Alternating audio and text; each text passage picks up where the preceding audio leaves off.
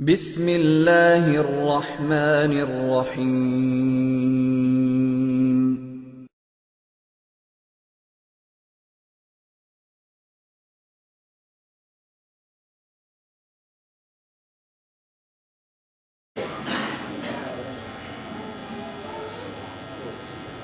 الحمد للہ وحدہ لا شریک لہ والصلاة والسلام علی من لا نبی بعدہ اما بعد فاعوذ باللہ من الشیطان الرجیم بسم اللہ الرحمن الرحیم اليوم اکملت لکم دینکم اللہم صلی علی محمد وعلی آل محمد کما صلیت علی ابراہیم وعلی آل ابراہیم انک حمید مجید اللهم بارك على محمد وعلى آل محمد كما باركت على إبراهيم وعلى آل إبراهيم إنك حميد مجيد۔ جس طرح آپ تمام احباب علم میں ہیں، ہم اپنے پروگرام کو جس طرح وقت شروع کرتے ہیں اسی طرح وقت کے ختم بھی کرتے ہیں، اور ہم چاہتے ہیں کہ صرف جامعہ حقانیہ لاہور میں ہی نہیں پورے ملک اور پوری دنیا میں یہ بات معروف ہو کہ ہم وقت کی پابندی کا بہت زیادہ خیال کرتے ہیں۔ اس طرح اہتمام کے ساتھ بر وقت کا اجتماع شروع ہوا، انشاءاللہ اسی طرح بر وقت کا اجتماع ختم ہوگا۔ آپ کے سامنے گفتگو فرما رہے تھے مولانا ممتاز الحق صاحب سینئر مجدو لندن سے، ہمارے دوست میں تشریف لائے تھے، تو میں نے کچھ دن سے گزارش کی کہ میں تو ہر ماہ 10 تاریخ 12 تاریخ کو آتا ہوں، آپ پہلی بار تشریف لائیں تو ہماری خواہش ہوگی کہ میری جگہ پہ بیان آپ فرمائیں۔ اللہ رب العزت ان کی گفتگو کو قبول فرمائے اور سب کے لیے اس کو مفید بنا دے۔ امید ہے کہ آپ حضرات کی معلومات میں بہت زیادہ اضافہ ہوا ہوگا۔ میں نے آج کی مجلس میں بڑے اختصار کے ساتھ صرف 2 باتیں عرض کرنی ہیں۔ نمبر 1 بات، آپ 3 کتابیں اور 3 شخصیات کو ذہن میں رکھیں اور ہر شخص اپنی زبان پر ان باتوں کا بار بار تذکرہ کرے، اتنا تذکرہ اور اتنا اس کا تعارف کرائے کہ ان کے خلاف بولنا لوگ قانوناً بھی جرم سمجھ لیں۔ نمبر 1 قرآن کریم، نمبر 2 حدیث مبارک اور نمبر 3 فقہ۔ کتنے لفظ ہو گئے؟ نمبر 1 قرآن، نمبر 2 حدیث اور نمبر 3 فقہ۔ لوگ قرآن کو مقدس سمجھتے ہیں، حدیث کو مقدس سمجھتے ہیں، لیکن فقہ کے تقدس کے قائل نہیں۔ حالانکہ قرآن کریم کا تقدس بھی ضروری ہے، حدیث کا تقدس بھی ضروری ہے اور فقہ کا تقدس بھی ضروری ہے۔ کیوں؟ میں ہلکی سے اس کی وضاحت کرتا ہوں۔ قرآن کریم اللہ کے کلام اللہ کا نام ہے، اور حدیث مبارک قرآن کی تو شرع کا نام ہے کہ نبی پاک صلی اللہ علیہ وسلم نے اپنے قول پر اپنے فعل سے فرمائی، اور فقہ اس شرع کا نام ہے کہ جو قرآن اور حدیث مبارک کی فقہا اور علماء نبی کے ورثاء اور پیغمبر کے جانشینوں نے فرمائی ہے۔ اگر کلام اللہ نہ ہوتا ہم اللہ تک کیسے پہنچتے؟ اگر قرآن کی شرح حضور نہ فرماتے ہمیں قرآن کیسے سمجھ آتا؟ اگر فقہا قرآن اور حدیث مبارک سے اصول نکال کے امت کو مسائل نہ دیتے تو مجھے بتائیں قیامت تک کے مسئلوں پر عمل کیسے ہوتا؟ ہم اس لیے کتاب اللہ کو بھی مانتے ہیں، حدیث مبارک کو بھی مانتے ہیں اور فقہ کو بھی مانتے ہیں۔ اگر کوئی بندہ پوچھے قرآن میں کیا ہے تو وہ کہ اللہ رب العزت کا کلام ہے، پوچھو جی حدیث میں کیا ہے تو وہ نبی پاک صلی اللہ علیہ وسلم کے اقوال و افعال ہیں۔ اگر کوئی پوچھے جی فقہ میں کیا ہے تو وہ جی قرآن اور حدیث سے نکلے ہوئے اصول اور اصول و ثابت شدہ مسئلے، یہ فقہ ہے۔ اس لیے کبھی ہم یہ کہتے ہیں کہ فقہ قرآن اور حدیث کا نچوڑ ہے، فقہ قرآن اور حدیث کا مغز ہے، تو کس قدر وہ بدبخت آدمی ہوگا کہ جو کسی چیز کے خلاصے، نچوڑ اور مغز کو لینے کے لیے تیار نہ ہو۔ ایک غیر مقلد نے بیان کیا اور بیان کے دوران اشکال کیا، وہ اعتراض نیٹ پہ بھی چڑھ گیا۔ اب گمراہ کرنے کے لیے بات اس نے کیا کہی؟ اس نے کہا کہ دیکھو یہ کس قدر حنفی قرآن اور حدیث کے گستاخ ہیں، یہ کہتے ہیں کہ فقہ قرآن حدیث کا مغز ہے۔ کہتے ہیں تم دیکھو جیسے بادام ہے، بادام کے اندر ایک چھلکا ہے اور ایک بادام کے اندر مغز ہے، کہتے ہیں جب مغز نکال لیں تو چھلکے کو پھینک دیتے ہیں۔ تو انہوں نے قرآن کریم اور حدیث مبارک کا مغز فقہ کو کہہ دیا اور قرآن اور حدیث کو اس کا چھلکا کہہ دیا کہ کس قدر گستاخ ہے۔ تو میں نے کہا جب ہم نے کہا تھا فقہ قرآن حدیث کا مغز ہے، اس کی شرح بھی ہم سے پوچھتے نا، متن ہمارا لیا اور شرح کو میں نے اپنی چڑھا کر اعتراض کر دیا۔ اگر یہ بات قابل اعتراض ہے تو پھر میں آپ سے پوچھتا ہوں کہ آدمی وضو کرتا ہے، آدمی نماز میں کھڑا ہوتا ہے، تکبیر تحریمہ اس نے کہہ دی، اس نے حالت قیام میں چلا گیا، ہاتھ باندھ لیے، تلاوت شروع کر دی، پھر یہ رکوع میں گیا، پھر قومے میں کھڑا ہوا، پھر اس نے سجدہ کیا، پھر درمیان میں جلسے میں بیٹھا، پھر دوسرا سجدہ کیا، پھر کھڑا ہوا۔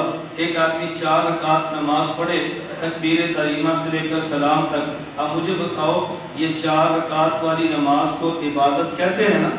یہ عبادت آپ نے دونوں سلام پھیر دیے اور دونوں سلام پھیرنے کے بعد پھر اللہ سے دعا مانگی ہے، یہ جو دعا ہے اس کو اللہ کے نبی صلی اللہ علیہ وسلم نے کیا فرمایا؟ اللہ کے نبی فرماتے ہیں الدعاء مخ العبادۃ، کہ دیکھو دعا عبادت کا مغز ہے۔ اب کوئی بندہ کہہ دے نبی پاک صلی اللہ علیہ وسلم نے نماز کی توہین کی ہے، حضور نے نماز کو چھلکا فرما دیا اور دعا کو مغز کہہ دیا، تو میں نے کہا کس قدر یہ احمق اور بے وقوف ہوگا جس طرح نبی پاک صلی اللہ علیہ وسلم نے الدعاء مخ العبادۃ کہہ کے نماز کی توہین نہیں فرمائی، بلکہ اللہ کے نبی نے سبق دیا ہے کہ دیکھو نماز سے اصل مقصود مانگنا ہے۔ کوئی بندہ نماز پڑھے اور اللہ سے نہ مانگے، اس بندے کی عقل پہ ماتم کرنا چاہیے۔ تو یہاں مغز کا معنی یہ ہے کہ نماز سے مقصود خدا سے مانگنا ہے۔ تو فقہا فرما رہے ہیں قرآن اور حدیث کا مغز فقہ ہے، کیا مطلب؟ قرآن کریم کی مات تلاوت مقصود نہیں، عمل بھی کرنا ہے، حدیث کو پڑھنا مقصود ہی نہیں، عمل بھی کرنا ہے۔ پھر قرآن حدیث پہ عمل کیسے کرو گے؟ ہمارا قرآن عربی میں لوگ بیٹھے ہیں جن کو عربی پڑھنا نہیں آتی، عربی پڑھ لیں تو ترجمہ نہیں آتا، حدیث مبارک عربی میں ہے، حدیث مبارک سے ترجمہ آدمی کر نہیں سکتا، حدیث پر عمل کیسے کریں گے؟ ہمارے فقہا نے ہم پر احسان ہی کیا، قرآن کریم الحمد سے لے کر والناس تک لیا، اس قرآن کریم کا اس میں اصول نکالے، ان اصولوں سے مسائل نکالے اور پھر کتاب مرتب کر دی اور کتاب کا نام فقہ رکھا۔ جو بندہ اس بات کو نہ مانے، آپ کھلے دل سے اس کو چیلنج کے ساتھ یہ بات کہہ دو بھائی قرآن کریم الحمد سے لے کر والناس تک اور ذخیرہ احادیث کی سارے کتابیں تم جمع کر لو اور ہمیں قرآن کریم اور ساری احادیث کے ذخیرے سے تم ایک نبی پاک صلی اللہ علیہ وسلم کی رکعت نماز کی دکھا دو کہ جب نبی پاک صلی اللہ علیہ وسلم نے یوں تکبیر تحریمہ سے نماز کو شروع کیا ہو، اللہ کے نبی نے رکعت پڑھی ہو، پھر دوسری پڑھی ہو، حضور پاک نے سلام پھیرا ہو، نبی پاک صلی اللہ علیہ وسلم کی 2 رکعت والی نماز کسی ایک حدیث کی کتاب سے دکھا دو کہ جس میں سارے مسئلے ایک جگہ پہ تمہیں ملے، کہیں نہیں ملیں گے۔ کہیں محدث باب بیان کرتا ہے رفع دین نہ کرنے کا، کہیں حدیث لاتے ہیں آمین آہستہ کہنے کی، کہ حدیث مبارک لاتے ہیں امام کے پیچھے قرات نہ کرنے کی۔ الگ الگ حدیثیں ٹکڑوں میں تو لائے ہیں، لیکن ایک ایسی حدیث جس میں پیغمبر کی نماز یکجا ہو کسی حدیث کی کتاب میں نہیں ہے۔ لیکن فقہ کی کتاب ہم پیش کریں گے، قدوری اٹھا دو اس میں پوری نماز ہے، کنز الدقائق دیکھ لو اس میں پوری نماز ہے، تم ہدایہ دیکھ لو اس میں پوری نماز ہے۔ فقہا نے امت پر احسان یہ کیا، قرآن کریم میں جو مسئلے بکھرے تھے ایک جگہ پہ جمع کیا، حدیث میں جو بکھرے تھے ایک جگہ پہ جمع کیا، اور پھر فرمایا کہ یہ فقہ قرآن حدیث کا مغز ہے، قرآن حدیث کا نچوڑ ہے۔ اس کا معنی وہ نہیں تھا جو بادام کے لیے استعمال کرتے ہیں، ایک چھلکا اور ایک مغز ہوتا ہے، یا مغز کا معنی ہوتا ہے خلاصہ، یا مغز کا معنی کیا ہے؟ خلاصہ۔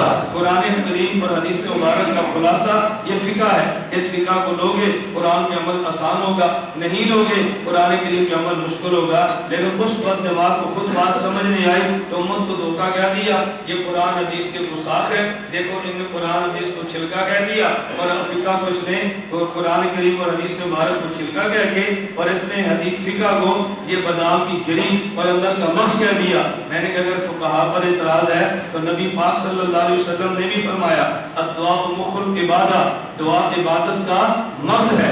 جو جواب اس حدیث مبارک کا دو گے وہی جواب فقہا کا ہوگا۔ بلکہ میں کہا کرتا ہوں، آپ نے کئی بار سنا ہوگا، میں کہتا ہوں قرآن کریم کا دفاع چونکہ دیوبند والوں نے کیا ہے، حدیث مبارک کا دفاع چونکہ دیوبند والوں نے کیا ہے، لہذا جب دیوبند والوں پر اعتراض آئے تو دفاع اللہ کا قرآن کرتا ہے، حدیث کا دفاع دیوبند والوں نے کی ہے، اور جب ان پر اعتراض ہے تو دفاع پیغمبر کی حدیث کرتی ہے۔ اب اس کی مثال آپ ذہن میں رکھ لیں گے نا، ہمارا دیوبند علماء کا جملہ کیا تھا کہ فقہ قرآن حدیث کا مغز ہے، اس نے فوراً اعتراض کیا نا کہ تم نے دیکھو یہ قرآن حدیث کو چھلکا کہہ دیا اور تم نے فقہ کو اندر کا بادام اور مغز کہہ کے توہین کی ہے۔ اس کا جواب کس نے دیا؟ نبی پاک صلی اللہ علیہ وسلم نے الدعاء مخ العبادۃ، دعا عبادت کا مغز ہے، تو جو اس حدیث کا معنی تم کرو گے نا حدیث ٹھیک ہو جائے گی، یہ فقہا کے جملے کا معنی کرو گے تو یہ جملہ ٹھیک ہو جائے گا، اس کا معنی غلط کرو نتیجہ اور نکلتا ہے، وہاں معنی اور بیان کرو نتیجہ اور نکلتا ہے۔ اب توجہ رکھنا، میں بات چل پڑی ہے جب میں مسئلہ عرض کر دو میری بات سمجھنا۔ کبھی لوگ کہتے ہیں کہ مولانا صاحب یہ بتائیں کہ جب آدمی فرض نماز پڑھ لے تو فرض نماز کے بعد دعا مانگنی چاہیے یا دعاری مانگنی چاہیے؟ میں نے کہا بالکل ایسے ہی ہے، کوئی تمہیں جلدی ہے، دعا لمبی ہو گئی، دیر ہو گئی، ہمیں بہت ضروری کام تھا۔ میں نے کہا یار کیسا تو کم عقل ہے، ہمیں تمہاری بات سمجھ نہیں آتی۔ ایک ماں ہے، اس نے بیٹے کو فیکٹری میں بھیجا کہ جاؤ بیٹا تم جا کر مزدوری کرو۔ وہ ایک ماہ کے 30 دن روزانہ مزدوری کرتا تھا، اور مزدوری کتنی؟ روزانہ 8 گھنٹے، تنخواہ کتنی ملنی ہے؟ 8000۔ اب جب رقم آئی تو ماں شام کو بیٹھی ہے کہ بیٹا تنخواہ لے کر آئے ہو؟ میں نے دکان پہ کچھ قرضہ دینا تھا، کچھ گھر میں بچوں کی فلاں چیزیں لانی تھی۔ وہ کہتا ہے میں نے امی جان تنخواہ تو لینی تھی مگر اس لیے نہیں لے سکا کہ وہاں تنخواہ جس دفتر سے ملتی ہے وہاں لائن لگی ہوئی تھی اور 2 گھنٹے بعد تنخواہ ملنی تھی۔ تو میں نے کہا کون 2 گھنٹے انتظار کرے گا؟ ماں کہ پتر تو پورا غیر مقلد لگنا ہے، میری تیری گل نہیں سمجھ آئی؟ اور تم 1 مہینہ مزدوری کر لیں تو 2 گھنٹے تو انتظار کر کے تنخواہ نہیں لے سکا۔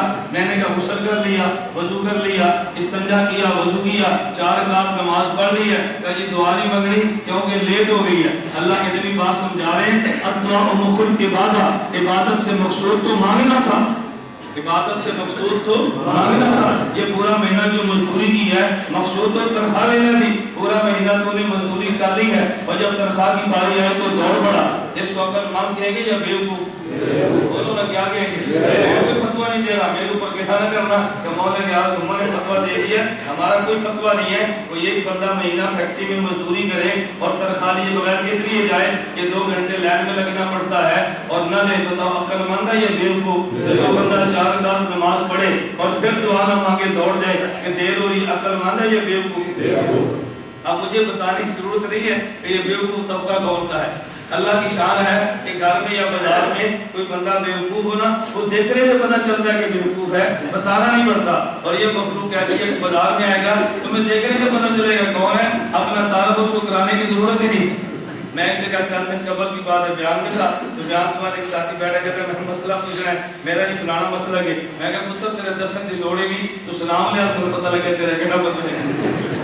بیوقوف کو بولنا نہیں پڑتا، اس کی حرکات بتاتی ہے کتنا عقل مند ہے۔ میں بتا یہ رہا تھا کہ 3 لفظ ذہن میں رکھو گے نا، نمبر 1 بولو، نمبر 1 نمبر 2 نمبر 3 اور یہ بات نوٹ فرما لو، میں بڑی تحدی کے ساتھ کہہ رہا ہوں، جس طرح قرآن کا منکر مومن نہیں ہوتا، حدیث کا منکر مومن نہیں ہوتا، نفس فقہ کا منکر بھی مومن نہیں ہوتا۔ یا ایک فقہ حنفی کو نہیں مانتا، نہ مانے، فقہ مالکی مان لے، فقہ شافعی مان لے، فقہ حنبلی مان لے، چاروں فقہا میں سے کوئی فقہ نہ مانے لیکن فقہ کو تو مانے نا، کہتا ہے میں فقہ ہی نہیں مانتا۔ عجیب بات ہے، قرآن کریم جب فقہ کی بات کرتا ہے تو کیوں نہیں مانتا؟ حدیث مبارک میں فقہ کی بات ہے تو تم کیوں نہیں مانتا؟ فقہ کا انکار کرنا در حقیقت قرآن کا انکار ہے، فقہ کا انکار کرنا در حقیقت حدیث مبارک کا انکار ہے۔ آپ فقہ کو نہ مانو تو عمل کیسے ہوگا؟ میں ایک مثال دیتا ہوں، بات سمجھانے کے لیے بات لمبی ہوتی ہے، توجہ رکھنا۔ اب ایک حنفی اور غیر مقلد دونوں میں کتنا فرق ہے؟ والد بیمار ہو گیا اور بیمار ہو کر اسپتال میں چلا گیا، وہاں جا کے ڈاکٹر صاحب نے کہا بھئی تمہارے ابو جی بیمار ہیں، ان کو 2-4 بوتل خون کی لگے گی، جاؤ جا کے بوتل کا انتظام کرو۔ اب یہ لڑکا جو کہ غیر مقلد تھا، اس نے آپ کے جا کے مولوی صاحب سے پوچھا کہ مولانا صاحب میرے ابو بڑے سیریس ہیں، ہسپتال میں داخل ہیں، اور ڈاکٹر نے کہا کہ 2 بوتل خون کی دو، تو بتائیں قرآن حدیث کی روح سے ہم ابا جی کو بوتل 2 خون کی دے سکتے ہیں؟ مولوی صاحب نے حدیثیں تلاش کی اور کتب حدیث کو کھولا تو مولوی صاحب نے فرمایا بیٹا ہم نے یہ تو حدیث میں پڑھا ہے کہ جب کوئی بندہ حضور کے دور میں بیمار ہوتا اس کو پچھلے لگواتے، سینیاں لگواتے، جسے حجامہ کہتے ہیں، اس سے خون نکلتا۔ ہمیں حدیث مبارک سے مریض کے خون نکالنے کا تو تذکرہ ملتا ہے، مریض کو خون دینے کا تذکرہ نہیں ملتا۔ ابے دا خون کر کیوں حدیث میں خون نکالنے کا یا خون دینے کا ذکر ہے؟ ابے دا 2 بوتل خون کر۔ اب ابے کے پاس گیا، ابے نے پوچھا پتر 2 بوتل کا خون ہو گیا؟ انہوں نے کہا نہیں میں تو 2 خالی بوتلیں لے گیا۔ انہوں نے پوچھا کیوں؟ انہوں نے کہا میں تحقیق کی ہے جنہیں حدیثاں کھولیاں نے وہ مریض نو خون دین دا ذکر نہیں لگا، خون لین دا ذکر لگا۔ اب بتاؤ ابا رہے گا یا مر جائے گا؟ اب بات سمجھ آ رہی ہے؟ اچھا اگر یہ کہہ دے کہ نہیں بھائی حدیث مبارک میں تو موجود ہے کہ نبی اس دور میں ایک آدمی مریض ہوتا، اس مرضوں کا علاج یہ تھا خون نکالو، سینیاں لگاؤ، پچھلے لگاؤ، تو اس میں خون کی حرارت ختم ہوتی اور مریض صحت یاب ہوتا۔ لیکن آج کے دور کا مسئلہ بالکل الگ ہے۔ ہمارے شیخ حکیم محمد اختر دامت البرکاتہ فرماتے ہیں غذا میں کتنا فرق ہے، کبھی مریض کا خون نکالیں تو صحت مند ہوتا تھا، اب خون لگائیں تو صحت مند ہوتا ہے۔ ماحول کے بدلنے سے، خوراک کے بدلنے سے کتنا فرق پڑ گیا۔ اب اس نے کہا بھائی تمہارے مولوی کو حدیث نہیں ملی، چلو جامعہ حقانیہ چلے جاؤ، مفتی صاحب کے پاس جاؤ، جامعہ اشرفیہ چلے جاؤ، مفتی صاحب کے پاس جاؤ، ان سے مسئلہ پوچھو۔ وہاں جانے کو دل نہیں کرتا، کیوں؟ وہ تو فقہ کے مطابق بتائیں گے اور فقہ کو میں نے ماننا نہیں ہے۔ اب اگر ادھر جائے اس کا مسلک جاتا ہے، اگر ادھر نہیں جاتا اس کا باپ جاتا ہے۔ لیکن جو حنفی مقلد ہے اس کا باپ بھی رہ جائے گا، ایمان بھی رہ جائے گا، دونوں چیزیں بچ جائیں گی نا۔ اسے یا ایمان ملنا ہے یا باپ ملنا ہے، ہمیں ایمان بھی ملنا ہے باپ بھی ملنا ہے۔ کیوں؟ ہم باپ کی قدر کے بھی قائل ہیں اور فقہ کو بھی ایمان مانتے ہیں، فقہ پہ عمل کریں گے، خون کی بوتلیں لگ جائیں گی، باپ بھی بچ جائے گا، ایمان بھی بچ جائے گا۔ اسے یا ایمان رہنا یا اس کے باپ رہنا، ایک چیز رہے گا نا۔ اب جب دونوں کا تقابل ہو تو پھر لوگ اس میں فرق کے قائل ہو جاتے ہیں۔ وہ نہیں اوکھے وقت کی گنجائش موجود ہے نا، مشکل وقت میں گنجائش موجود ہے۔ یہ بالکل ایسے ہی جیسے میں مثال دے کر سمجھاتا ہوں کہ شیخ پورا ایک چھوٹا بچہ تھا 8 سال کا، گھر والے کا جس سے ملے، میں نے ملاقات کی، پوچھا بیٹے کی خصوصیت کیا ہے؟ کہنے اپنی مامی نے مناظرہ کیا ہے۔ میں نے کہا مامی سے مناظرہ؟ کہا مامی غیر مقلد تھی، مامو اس کا مقلد تھا، مامی ہر روز مسئلہ چھڑتی، رفع دین کیوں نہیں کرتے، اونچی آمین کیوں نہیں آتے، لتا چوڑیاں کر کے نماز کیوں نہیں پڑھتے۔ لوگوں نے بہت سمجھا کہ ہر موقع پر ٹانگیں چوڑی نہیں ہوتی، اس جگہ نماز کو سمجھا کرو، لیکن اس کو سمجھ نہیں آ رہی، لیکن مجھے تم یہ کیوں نہیں کرتے، تم یہ کیوں نہیں کرتے۔ آخر وہ بچہ ہماری سیڑھیاں سنتا تھا، کیسٹیں دیکھتا تھا۔ میں آپ کو بار بار ترغیب دیتا ہوں ہماری سیڑھیز کو دیکھو، ہماری کیسٹوں کو سنو، یہ دنیا میں جدید محققین کا روح میرے اللہ نے چاہا تو تمہارے دماغ سے نکل جائے گا، تم ان کو سنو تو صحیح نا۔ اور بچہ کہنے لگا چلو مامی ہم گفتگو کر لیتے ہیں۔ مامی نے کہا کس مسئلے پہ؟ وہ کہتے ہیں رفع دین پہ۔ بچہ کہتا ہے رفع دین پہ نہیں، تقلید پہ بات کرتے ہیں۔ اگر تقلید مان لی روز کے مناظرے ختم ہو جائیں گے، ایک امام کی بات مان لیں گے۔ اگر تقلید نہ مانی ہر روز نئے مسئلے پہ مناظرہ کرنا پڑے گا۔ مامی کہتے ہیں چلو بالکل ٹھیک ہے۔ اب وہ بچہ مامی سے پوچھتا ہے مامی مجھے ایک سوال کا جواب تو دے، تقلید ایمان ہے یا شرک؟ مامی بولنے لگی تو بچے نے کہا آپ جلدی نہ کریں، پہلے پوری بات سن لیں اور پھر بولیں۔ مامی نے کہا اچھا پوری بات بتا۔ اس نے کہا دیکھو تمہارے ہاں تقلید شرک ہے، ایمان نہیں ہے۔ میں نے سوال کیا تقلید ایمان ہے یا شرک؟ اگر تو نے تقلید کو ایمان کہہ دیا تو تو نے غیر مقلد نہیں رہنا، اور اگر تو نے تقلید کو شرک کہہ دیا تو پھر میرے ماموں سے تیرا نکاح نہیں رہنا، کیونکہ وہ مقلد ہے، مشرک ہے، تو مومنہ ہے، مقلد اور مومنہ کا تو نکاح نہیں رہ سکتا۔ اب بتا تقلید ایمان ہے یا شرک؟ مامی پاس گئی نا، پاس گئی نا، اپنے بڑے مامی پاس گئی نا۔ اب وہ تو اس کا بھانجا ہے نا، وہ تو اس کا محرم ہے، تو کہہ رہی ہے اب بتا۔ اب اس کے بات نہیں بن رہی، مسئلہ بالکل الٹ گیا۔ اب اس کو بات جب نہ بنے پھر کہا پتر اسی کو کالج کا ٹھہرانا مناظرہ دے کی فائدہ، اسی جو ہے وہ کرتے جب تک جواب نہ دو ان کو جواب بنتا نہیں ہے۔ گزشتہ آپ کے لمحے دنوں میں ایک شخص دنیا سے مر گیا چلا گیا۔ ہماری اتحاد اہل سنت والجماعت کی پالیسی ہے ہم کسی کی زندگی میں بھی ذاتیات پہ اٹیک نہیں کرتے، مرنے کے بعد ذاتیات پہ کیا اٹیک کرنا۔ مولوی صاحب مماتی مر گیا، اس کے مرنے کے بعد کسی نے کہا وہ یہاں مسجد کی توڑی مر گیا ہے اور میسج چلا اس کی قبر سے خوشبو آئی ہے، تو میسج ٹھیک ہے یا غلط؟ میں نے کہا بھی ہم تردید نہیں کرتے، ہم تم سے پوچھ لیتے ہیں تمہارا عقیدہ کیا ہے؟ ہمارا عقیدہ ہے یہ قبر جنت کا باغ ہے یا جہنم کا گڑھا ہے، کیونکہ ہم جنت کا باغ مانتے ہیں، احمد لاہوری کی قبر سے خوشبو بھی مانتے ہیں، ہم لوگ جنت کا باغ مانتے ہیں، شیخ موسیٰ کی قبر کی خوشبو بھی مانتے ہیں، ہم جنت کا باغ مانتے ہیں، مولانا عبداللہ شہید کی قبر سے خوشبو بھی مانتے ہیں۔ میں نے کہا ہماری تو مسئلہ نہیں ہے، تم نے کہا اس کی قبر سے خوشبو آ گئی، مجھے تم بتاؤ تم اس قبر کو قبر مانتے ہو، اس کو جنت کا باغ مانتے ہو؟ اگر اس کو جنت کا باغ مانتے ہو تو پھر خوشبو بھی مان لو، اگر جنت کا باغ نہیں مانتے پھر خوشبو کا کیا مانا؟ تو اگر تم نے جنت کا باغ مانا پھر تمہارا عقیدہ نہیں رہنا، اگر تم نے عقیدہ یہ مان لیا یہ جنت کا باغ نہیں ہے پھر یہاں سے خوشبو نہیں رہنی، یا تم نے خوشبو ماننی ہے یا تم نے اپنا عقیدہ رکھنا ہے۔ بات سمجھ آ گئی؟ اگر تمہارا عقیدہ کیا ہے یہ جنت کا باغ نہیں تو خوشبو بھی نہیں ہے، اگر عقیدے کو رکھو گے تو خوشبو نہیں مان سکتے، اگر خوشبو مانیے پھر عقیدے کو چھوڑنا پڑے گا۔ تم ایک بات کو چھوڑو گے ایک تو لوگے نا، تو میں نے کہا بھائی اسپتال میں ہے حنفی کے لیے کوئی مسئلہ نہیں ہے، یہ فقہ کو ایمان مانتا ہے، ایمان بھی رہ جائے گا، ابو کی جان بھی رہ جائے گی، یہ فقہ کو چونکہ غلاظت مانتا ہے اس کو مان تو سکتا نہیں ہے، تو یا اس نے اپنا ایمان رکھنا ہے یا اس نے ابو جی کے رکھنا ہے، تو بتاؤ فقہ ماننے میں باپ بھی بچتا ہے ایمان بھی بچتا ہے، تو فقہ کو مان لینا چاہیے کہ نہیں؟ کتنے لفظ ہو گئے؟ نمبر 1 نمبر 2 نمبر 3 فقہ، یہ اور دوسری میں ایک بات دوسری بات بھی کروں گا، ایک کا تتیمہ ہے اور آپ نے 3 شخصیات کو بھی ذہن میں رکھنا ہے۔ نمبر 1 نبی صلی اللہ علیہ وسلم، نمبر 2 صحابہ رضی اللہ عنہم اجمعین، نمبر 3 فقہاء علیہم الرحمہ۔ ہم اللہ کے نبی کو بھی مانتے ہیں، ہم صحابہ کو بھی مانتے ہیں، ہم فقہاء کو بھی مانتے ہیں۔ اللہ کے نبی کو نہ مانے تو خدا سے آنے والا دین نہیں ملتا، اگر صحابہ کو نہ مانے تو پیغمبر کا دین آگے منتقل ہوا نظر نہیں آتا، اگر فقہاء کو نہ مانے تو دین تشریحات سا لکھا ہوا نہیں ملتا۔ اللہ نے ایسی کتاب فرمائی، انشاءاللہ آئندہ درس میں مفصل اس پر گفتگو کریں گے۔ نمبر 1 قرآن، نمبر 2 حدیث اور نمبر 3 فقہ، اور اسی کا دوسرا حصہ اللہ کے نبی صلی اللہ علیہ وسلم، صحابہ کرام رضی اللہ عنہم اجمعین اور فقہاء۔ ہم نبی پاک کو بھی مانتے ہیں، صحابہ کو بھی مانتے ہیں اور فقہاء کو بھی مانتے ہیں، قرآن بھی مانتے ہیں، حدیث بھی مانتے ہیں اور فقہ بھی مانتے ہیں۔ بالکل اسی طرح خدا دعا ہے، قرآن نہ مانے تب بھی مان، حدیث نہ مانے تب بھی مان اور فقہ نہ مانے تب بھی مان۔ ہم یہ کہتے ہیں فقہ حنفی نہ مانے، مطلق فقہ کا انکار اور ہے اور خاص فقہ کا انکار اور ہے، دونوں میں بہت بڑا فرق ہے۔ دوسری بات میں متن عرض کرتا ہوں، تفصیل پھر انشاءاللہ میں 1 گھنٹے مفصل عرض کروں گا۔ دوسری بات سمجھو، نمبر 1 تشدد، نمبر 2 تسدد، لفظ یاد کرو، نمبر 1 نمبر 2 تسدد۔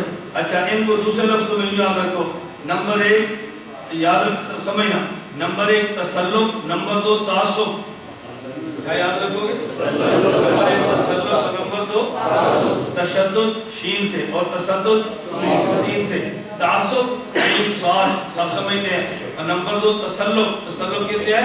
سواد لام اور با تسلط، سلیم کے سوری ہوتی ہے، تسلط سختی۔ میں ترجمہ کر دیتا ہوں، میں نے کہا تشریح انشاءاللہ پھر سے۔ تشدد کا معنی سختی، تشدد کا معنی سختی یاد رکھنا، اور تشدد کا معنی درستگی، تشدد کا معنی درستگی۔ ہم تشدد والے نہیں ہیں لیکن تشدد والے ضرور ہیں، ہم تشدد والے نہیں لیکن تشدد والے ضرور ہیں۔ ہم سختی نہیں کرتے لیکن اپنے موقف کو چھوڑتے بھی نہیں، اپنے موقف پر جمے رہتے ہیں۔ سختی کرنا اور ہوتا ہے اور اپنے موقف پہ جم جانا اور ہوتا ہے، یاد رکھنا۔ ایک ہوتا ہے تعصب، اس کا معنی ہوتا ہے اناد، ضد، بغض اور کینہ۔ ایک ہوتا ہے تسلط، تسلط کا معنی ہوتا ہے اپنے مسلک پہ مضبوطی سے جم جانا۔ ہمارے دل کینوں سے پاک ضرور ہیں لیکن اپنے دل ہمارے فقہاء اولیاء کی محبت سے لبریز بھی ہیں، ہمارے دلوں میں کینہ نہیں، ہم تعصب والے نہیں، ہمارے دل میں اولیاء کی محبت ہے، ہم تسلط والے ہیں، ہم تشدد نہیں تسدد کے قائل ہیں، تعصب نہیں تسلط کے قائل ہیں۔ یہ بات تو ذہن میں رکھ لو گے نا. میں اس کی مثال دیتا ہوں تاکہ بات سمجھ آ جائے. عربی لفظ اور صرف کام بندہ نہ سمجھے. ایک ہوتا ہے ریشم کا رسہ, ایک ہوتا ہے لوہے کی زنجیر, جنہوں سے سنگل آپ نے. ایک ہے ریشم کا رسہ اور ایک ہے لوہے کا سنگل زنجیر. تو یہ ریشم کا رسہ یہ کیا ہے؟ تسدد. یہ کیا ہے؟ تسدد. اور لوہے کی زنجیر تشدد. اب نتیجہ کیا نکلتا ہے؟ تشدد کے ساتھ تاریخ چلے نا, اس کے ختم ہونے کے چانس ہوتے ہیں. تشدد کے ساتھ چلے وہ ختم نہیں ہوتی, مسلسل چلتی ہے. میں یہ بات اس لیے کہہ رہا ہوں کہ بہت سے لوگوں کو ہمارے اوپر گلا بھی ہوتا ہے یہ آج تقریب نرم کیوں ہے, آج کھلونے کیوں نہیں کی تھی, آج پابندی توڑی کیوں نہیں. میں نے کہا نہ بھائی, ہر جگہ پر یوں نہیں ہوتی. کبھی کھڑے ہو کر کبھی پابندی توڑتے ہیں, کبھی ضرورت ہوتی ہے نا. ہر جگہ پر ایک لاٹھی نہیں چلتی. میں نے اس لیے بات سمجھائی.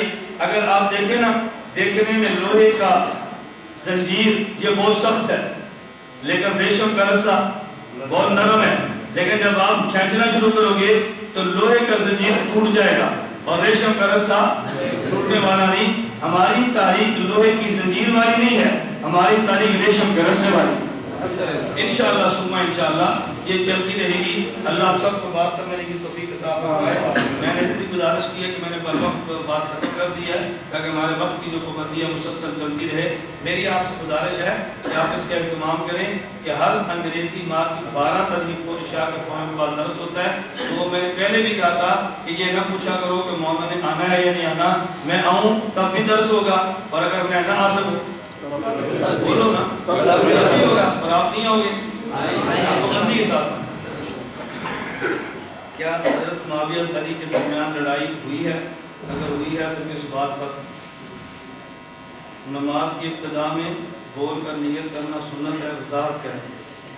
کیا ائمہ اربعہ میں کسی کے نزدیک بھی 3 طلاقیں اکٹھی ایک واقع ہوتی ہے؟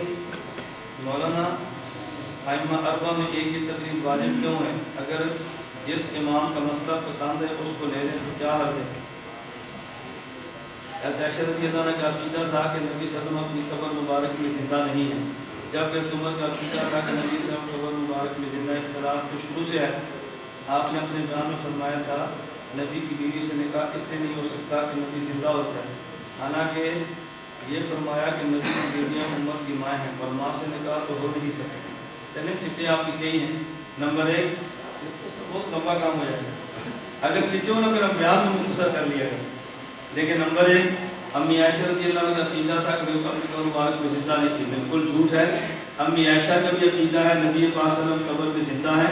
عمر کا بھی عقیدہ ہے کہ نبی پاک صلی اللہ علیہ وسلم قبر مبارک میں 1957 سے عنایت اللہ شاہ گجراتی کے وجود سے قبل پورے 1400 سال میں اہل سنت والجماعت کا کوئی چور اور ڈاکو بھی اس بات کا قائل نہیں کہ اللہ کے نبی اپنی قبر میں زندہ نہیں. پہلا وہ شخص جس نے قبر میں حضور کی حیات کے انکار کیا ہے, اہل سنت کو کہلواتا تھا, اس میں پہلا شخص عنایت اللہ شاہ بخاری ہے.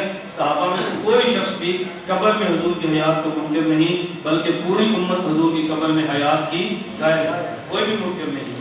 امی عائشہ رضی اللہ عنہ کے بارے میں آپ نے غلط لکھا ہے. حضرت ابو بکر صدیق رضی اللہ عنہ نے وصیت فرمائی کہ میں فوت ہو جاؤں تو میری چارپائی کو حضور کی قبر کے باہر رکھ دینا, اندر سے اجازت ملے تو دفن کرنا, اندر سے اجازت نہ ملے تو دفن نہ کرنا. صحابہ نے حضرت صدیق اکبر کا جنازہ اٹھایا, قبر مبارک کے باہر رکھ دیا اور قبر پہ جا کر آواز دی نبی پاک صلی اللہ علیہ وسلم سے, فیض ابو بکر بالباب, حضور آپ کا ابو بکر دروازے پر آیا ہے. امام رازی تفسیر کبیر میں لکھتے ہیں کہ نبی پاک صلی اللہ علیہ وسلم قبر مبارک سے آواز آئی, ادخل الحبیب الی الحبیب, اس کے دوست تک پہنچا دو. وہ تو امی عائشہ کا گھر تھا, اگر امی عائشہ قائل نہ ہوتی نا تو کہہ دیتی ابا جی کی وصیت کو بدل دو, حضور نے تو سننا ہی نہیں ہے تو وصیت کا فائدہ. امی عائشہ بھی تو موجود تھی نا, تو میں کیسے مانوں امی عائشہ حیات النبی کی منکر ہے. امی عائشہ رضی اللہ عنہ کے بارے میں تو یہاں تک ہے کہ اگر کوئی مکہ مسجد نبی میں اونچی آواز سے بولتا بھی نا اور دیکھ ایک آدمی دیوار میں ٹھوک رہا تھا, امی عائشہ فرمایا لا تؤذوا رسول اللہ, اونچی آواز سے دیکھ کو نہ ٹھوکو, اس سے قبر میں نبی پاک صلی اللہ علیہ وسلم کو تکلیف ہوتی. جب حیات باقی قائلیت و تکلیف کا مطلب کیا ہے؟ یہ تو نہ کہا کرو نا. امی عائشہ خود فرماتی ہے, مسند احمد کی روایت ہے کہ نبی پاک صلی اللہ علیہ وسلم دفن ہو گئے تو میں قبر پہ جاتی, پردے کا خیال نہیں کرتی. میرا خامن جو تھے ابو بکر صدیق رضی اللہ عنہ دفن ہو گئے, میں نے پھر پردے کا خیال نہیں کیا. وہ میرا والد ہے. فلما دفن عمر معهم والله ما دخلته الا ان مشدودۃ علی ثيابی. جب حضرت عمر دفن ہو گئے, خدا کی قسم میں پردے کا خیال کر کے جاتی. حیاء من عمر, مجھے عمر سے حیا تھا. وہ تو حضرت عمر کی بھی حیات کی قائل ہے, تم حضور کی بات کرتے. امی عائشہ رضی اللہ عنہ پر اتنا بڑا جھوٹ تو نہ بولو یار. ابھی اب امی عائشہ رضی اللہ عنہ کے روحانی بیٹے دفاع کرنے والے موجود ہیں. کہتے ہیں آپ نے بیان نبی پاک صلی اللہ علیہ وسلم کی بیوی سے نکاح نہیں, نبی پاک صلی اللہ علیہ وسلم زندہ ہے. اچھا یہ کیا کہہ رہا ہے کہ چونکہ نبی پاک صلی اللہ علیہ وسلم کی بیویاں امت کی مائیں ہیں اس لیے نکاح نہیں ہوتا. توجہ رکھنا, ہم نے کہا نبی پاک صلی اللہ علیہ وسلم کی قبر میں زندہ ہونے کی کئی دلیلیں ہیں, ان میں ایک دلیل یہ ہے کہ نبی کی بیوی سے نکاح نہیں ہوتا. ان میں ایک دلیل ہے کہ نبی کی بیوی سے نکاح نہیں ہوتا. پھر کہتے ہیں نبی صلی اللہ علیہ وسلم کی بیویاں امت کی مائیں ہیں. یہ مائیں روحانی ہیں یا مائیں جسمانی ہیں؟ جسمانی تو نہیں ہے, تو روحانی ماں سے پھر نکاح کیوں نہیں ہو رہا؟ آپ کا استاد ہے, اس کی بیوی آپ کی کیا لگتی ہے؟ ماں. روحانی ہے جسمانی؟ بات سمجھ آ رہی ہے؟ آپ کا پیر ہے, اس کی گھر والی آپ کی کیا لگتی ہے؟ بولو نا, روحانی ماں جسمانی. نبی پاک صلی اللہ علیہ وسلم کی زوجہ مطہرہ ہماری ماں لگتی ہے. ماں کون سی؟ روحانی یا جسمانی. تو پھر نکاح کیوں نہیں ہوتا؟ اس وجہ سے نہیں کہ ماں روحانی ماں ہے, اس وجہ سے کہ وفات کے بعد بھی پیغمبر کو قبر میں حیات رہتی ہے. نبی کی بیوی نکاح سے نکلے گی تو کسی اور کا نکاح ہوگا نا. جو سوال کرنے والا ہے وہ یہ نہیں ہے, سوال اور ہے, وہ تمہیں نہیں آتا, میں وہی بتا دیتا. ایک بندے نے مجھ سے سوال کیا کہ شہید قبر میں زندہ اور نبی قبر میں زندہ, تو شہید کی بیوی سے تو نکاح ہو جاتا ہے. اگر حضور کی بیوی سے نکاح نہ ہونا اس بات کی دلیل ہے کہ نبی زندہ ہیں, تو پھر شہید کی بیوی سے بھی نکاح نہیں ہونا چاہیے کیونکہ شہید زندہ ہے. میں نے کہا نا, نبی اور شہید کی حیات میں فرق ہے. کیوں؟ شہید کی جو وجود کی مٹی ہے وہ زمین والی ہے, اور نبی کے وجود کی مٹی وہ جنت والی ہے. جنت کی مٹی میں حیات ہی حیات رہتی ہے, اور زمین والی مٹی میں پانی دو تو حیات ہوتی ہے, پانی نکال دو تو حیات ختم ہو جاتی ہے. جنت والی مٹی پر پانی نہ برسے تب بھی حیات رہتی ہے. امتی کے بدن سے روح نکلے تو موت آتی ہے, نبی کے بدن سے روح نکل بھی جائے تب بھی نبی کے بدن میں حیات جیسا رہتا ہے. کیونکہ جنت والی مٹی جو ہے, جب شہید قتل ہوا اس کی روح نکلی, موت آ گئی تو بیوی جدا ہو گئی, اب روح آئی تو حیات ملی. تو حیات اس وقت ملی جب بیوی نکاح سے نکل چکی تھی, نبی پر موت آ گئی, قلب میں حیات موجود تھی, نہ کلیت حیات ختم ہوئی نہ نبی کی بیوی نکاح سے نکلی, اس پر موت ایک سیکنڈ کے لیے آ گئی, لہذا بیوی نکاح سے نکل گئی. اور نبی پاک کے قلب اثر میں حیات کا اثر موت کے باوجود بھی رہتا ہے, اس لیے ان کی بیوی نکاح سے نکلتی نہیں. سمجھ آئی کہ نہیں؟ حضرت امیر معاویہ علی رضی کے درمیان لڑائی ہوئی تھی, بالکل ہوئی تھی, لیکن امیر معاویہ رضی اللہ عنہ بھی مجتہد, حضرت علی بھی مجتہد, اور مجتہد سے خطا ہو تو چھوٹی جنت اور درست ہو تو ڈبل جنت. امیر معاویہ رضی اللہ مجتہد مفتی تھے, حضرت علی مجتہد مصیب تھے. وہ دوری جنت والے, اکالی جنت والے تھے, دونوں جنتی. مزید کیونکہ مسئلہ کیونکہ تفصیل طلب ہے, پھر انشاءاللہ کس وقت پورا درس اس کے لگا دیں گے. اس کا نام ہوگا مشاجرات صحابہ. درس کا عنوان کیا ہوگا؟ مشاجرات صحابہ. صحابہ کا باہمی اختلاف اور ان میں ہمیں اپنا ذہن کیا رکھنا چاہیے. نماز کی ابتدا میں بول کر نیت کرنا سنت ہے, وضاحت کریں. توجہ رکھنا, جو شخص بھی یہ بات کرے آپ اسے بات پوچھیں کہ بھئی نیت کے بغیر نماز ہو جاتی ہے, وہ کہتا ہے بالکل نیت کے بغیر نماز ہو جاتی ہے. ہم اس سے پوچھیں کہ نیت کیا کریں, نیت وہ جو نیت کرو, کوئی کیا کرے تو بتا تو صحیح نا, نیت کرے کون. اس لیے ہم یہ نہیں کہتے نیت کریں. توجہ رکھنا, ہم کیا کہتے ہیں نیت کریں, ہم یہ نہیں کہتے نیت کہیں. نیت کہنا زبان سے ہوتا ہے, نیت کرنا دل سے ہوتا ہے. نیت کہنا اور نیت کرنا تو ہم کہتے ہیں دل سے کریں, زبان سے کرنا ضروری نہیں ہے. کر لیں تو انکار بھی نہیں ہے, کیونکہ حدیث مبارک سے بخاری میں روزے کی نیت کی لفظ حدیث مبارک بخاری میں موجود ہے نا. ہم تو قیاس کے بھی کہہ رہے ہیں, آثار کے بھی کہہ رہے ہیں, ضروری نہیں, کر لیں تو بہتر ہے. کیا ائمہ اربعہ میں سے کسی کے نزدیک بھی ائمہ اربعہ میں سے کسی کے نزدیک بھی 3 طلاق دو تو ایک نہیں ہوتی، بلکہ سب کے نزدیک 3 طلاق دو تو 3 ہی ہوتی ہے۔ ائمہ اربعہ میں سے کسی ایک کی تقلید واجب کیوں ہے؟ اگر آپ حضرات وجوہ ترجیح رکھتے ہیں، کیونکہ اصل میں بعض والوں کے جواب بہت لمبے ہوتے ہیں، میں شارٹ میں جواب دے رہا ہوں، تفصیل جب تقلید پہ کریں گے تو تفصیل سمجھا دیں گے۔ جس بندے کے پاس دلائل ترجیح ہو وہ ان اماموں میں سے جس امام کے مسلک پر چاہے عمل کر لے، اور جس کے بعد وجوہ ترجیح نہ ہو، جو اچھا لگے اس پہ عمل کر لے۔ اس کو اتباع بالدلیل نہیں کہتے، اس کو اتباع بالہوا کہتے ہیں۔ اور قرآن کہتا ہے افرأیت من اتخذ الہہ ہوا، کیا تم اپنی خواہشات پہ عمل کرو گے؟ خواہش کی وجہ سے عمل نہ کریں، دلیل والا تو ہو تو کوئی عرض نہیں۔ لڑکی کی والدہ کی شادی کیا لڑکے کے خاوند کے باپ کے ساتھ ہو سکتی ہے؟ لڑکی کی والدہ کی شادی لڑکے کے خاوند کے باپ کے ساتھ ہو سکتی ہے؟ وہ کر لیں تو اس میں کوئی بات نہیں۔ کسی لڑکی نے کسی عورت کا دودھ پیا تو شادی دودھ پلانے والی عورت کے بیٹے کے ساتھ ہو سکتی ہے؟ نہیں ہو۔ میں نے آپ سے گزارش کی تھی، آپ لوگ بھول جاتے ہیں، میں نے کہا اس قسم کے جو مسائل ہوتے ہیں نا فقہی عموم کے، وہ اس مجلس کی بجائے ویسے پوچھا کرو۔ اس مجلس میں وہ اختلافی مسائل پورا کرو جو عموماً دارالفتاؤں میں زیر پاس نہیں آتے۔ اللہ تعالیٰ نے قرآن سورۃ الروم میں فرماتے ہیں ان مشرکوں میں نہ ہونا جن نے دین میں تفرقہ ڈالا اور گروہ گروہ ہو گئے کہ اس آیت کے مطابق دین میں تفرقہ بازی دین میں بالکل جرم ہے۔ ہم بھی تفرقہ بازی کے قائل نہیں، ہم اس لیے کہتے ہیں کہ ائمہ مجتہدین کے مانتے رہو تاکہ فرقہ بازی ہو ہی نہ۔ ہم تو کہتے ہیں فرقہ بازی ختم کر دو۔ ہماری جماعت کا نام کیا ہے؟ اتحاد السنت والجماعت۔ فرقہ واریت پیدا کرو یا ختم کرو؟ ہماری محنت تو ختم کرنے والی ہے نا۔